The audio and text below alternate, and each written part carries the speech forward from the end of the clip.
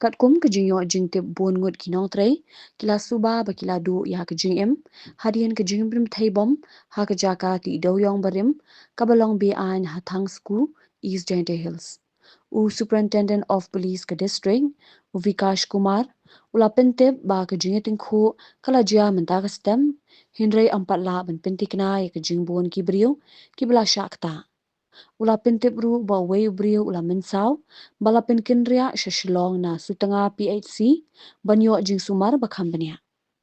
Ki pulit kirang pan jingarap na ke State Disaster Response Force, ban sedang ya ka jingarap ban pelat ya ki badang im. Henry hadu minta kakinhun SDRF kimpoi shikatai ke jaka.